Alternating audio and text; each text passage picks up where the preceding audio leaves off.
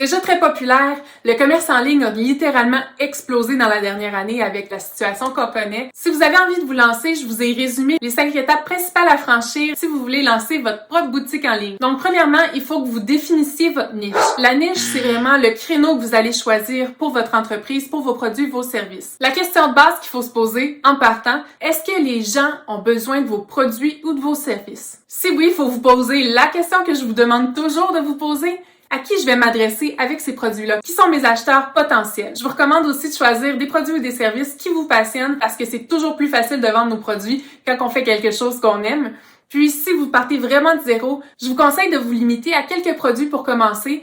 Puis, vous pourrez élargir votre inventaire au fur et à mesure que votre business grossira. Vous allez sauver du temps, des coûts et de l'énergie. Faut pas oublier que si vous investissez tous vos fonds dans votre inventaire, il vous en restera plus pour faire les 4 étapes qui s'en viennent et qui sont tout aussi importantes que le produit que vous vendez. Autre question, comment est-ce que vous vous démarquez sur le marché avec vos produits, vos services? Ça aussi, c'est très important parce que ça va vous permettre de tabler sur certains points en particulier qui vont vous démarquer de la compétition. La deuxième étape, c'est celle du choix du système de gestion de contenu. Donc, comment vous allez développer votre plateforme. Faites l'inventaire de vos besoins présents, mais pensez aussi à vos besoins éventuels à moyen et à long terme. Ce qu'on veut pas, c'est d'investir dans une plateforme puis qu'au bout de quelques années seulement, elle soit déjà désuète, qu'elle puisse pas progresser avec votre offre de service et vos produits. Soyez responsive et performant. Donc, peu importe si je suis sur mon cellulaire, ma tablette ou mon ordinateur, votre site web devrait être facile à naviguer, clair. Je devrais être capable de faire le même chemin de la manière la plus facile possible. Donc, une fois qu'on a choisi notre plateforme et qu'on sait par où s'enligner, il faut choisir la passerelle de paiement. Si vous avez déjà un magasin physique, je vous conseillerais d'aller voir avec votre fournisseur de solutions de paiement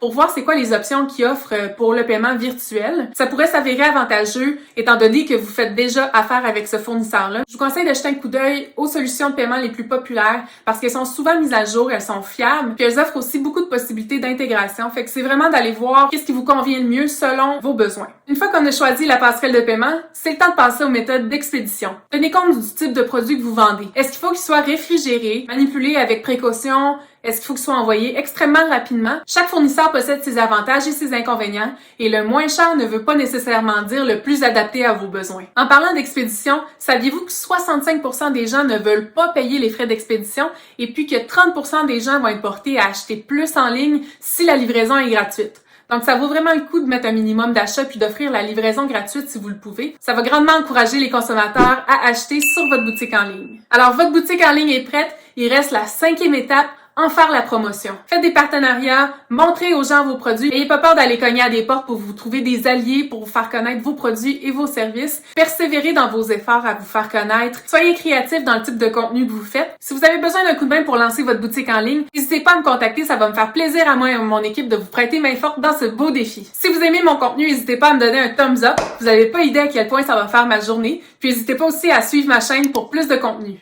Bye!